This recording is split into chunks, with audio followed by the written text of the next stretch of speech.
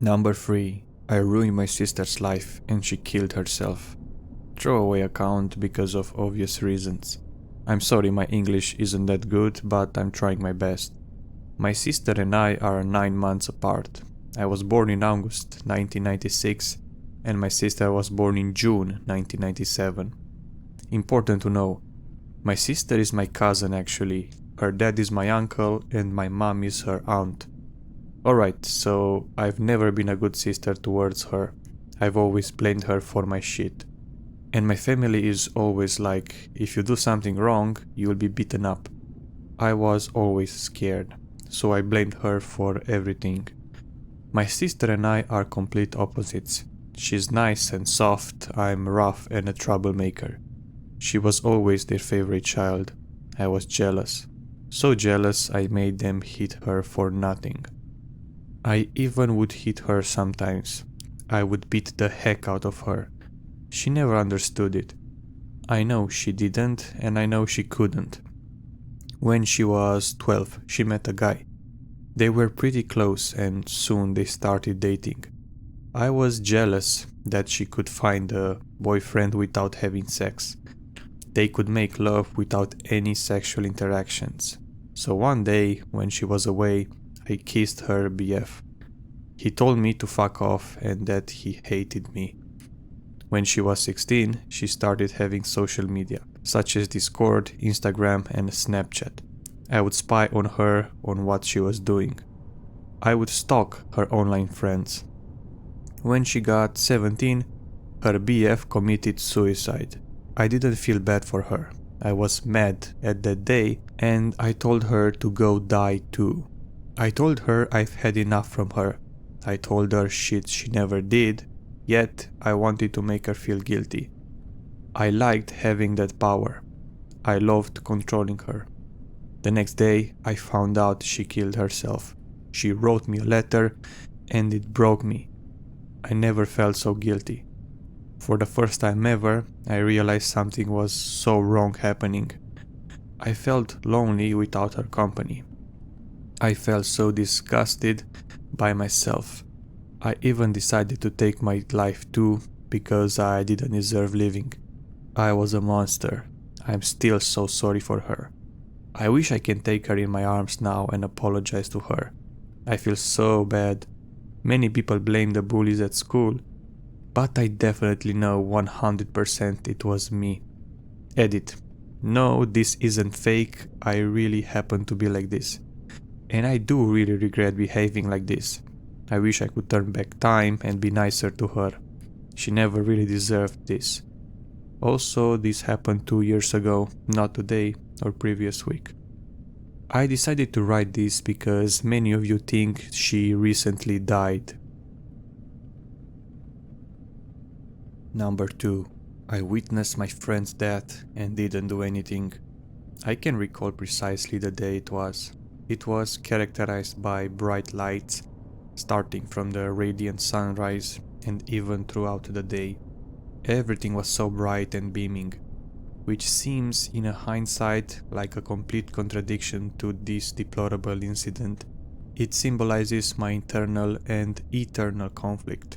I was walking in the street with my former friend, whom I will call Sharon for the sake of the story's purposes and avoiding identification.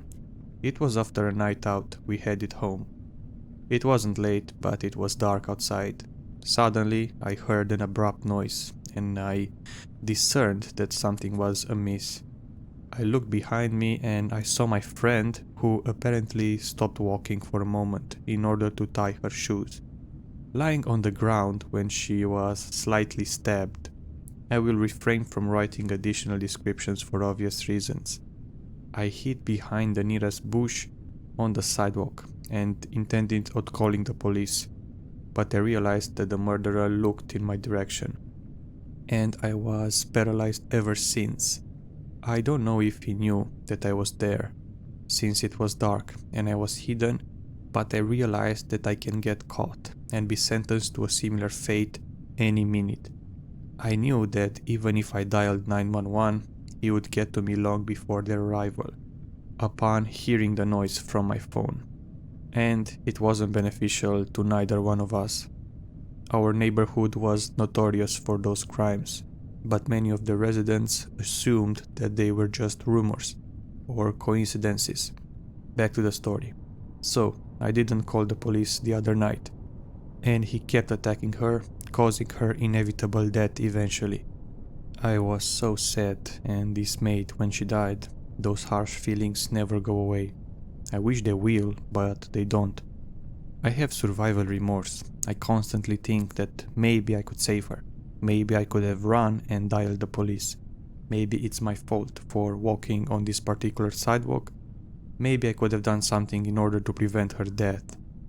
After that, I became susceptible to certain items which reminded me of this trauma, such as knives, but contradictorily, I became immune to that. Something inside of me eternally changed. I became more indifferent and blunt. My emotions aren't being like they used to be, and my grasp of reality has changed irrevocably. After that, they discovered the alleged murderer, but I wasn't too cooperative during the interrogations and wasn't eager to attest.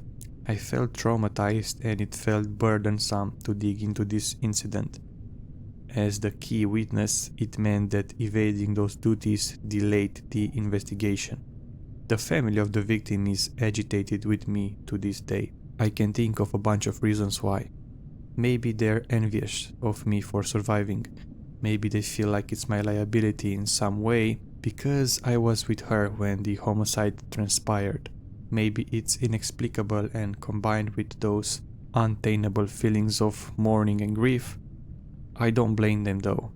And I came to terms with the fact that I'll always be the one who was with the deceased when she was murdered. And people deter me because of it, and think of me as some kind of accomplice of the criminal. It couldn't be farthest from the truth. But I'm oblivious to this at this point and just live my life as usual. Number 1. This job market is beginning to make me feel suicidal.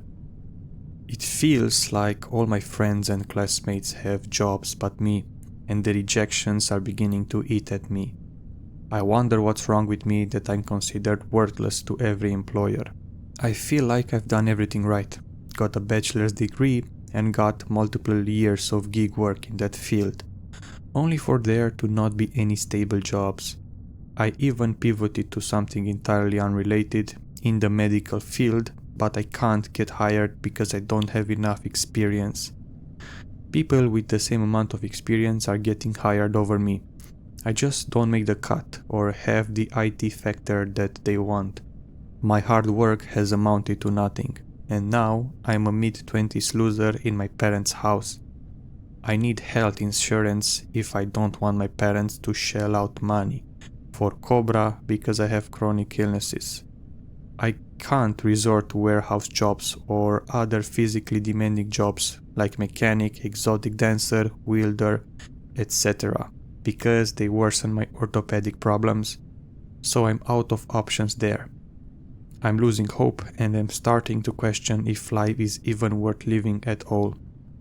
I'm getting shitty sleep over this, and I feel emotionally like shit.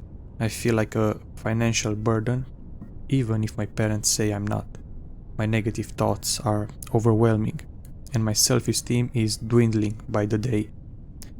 I am starting to think that death is potentially the only way out of this hell. My brain wouldn't torture me if I was dead. I wouldn't be stressing over this, and my parents would be saving a shit ton of money if I was gone. Yes, I am on medication. Yes, I am seeing a therapist. Yes, I am using coping skills. They aren't helping. No, I don't have any active plans.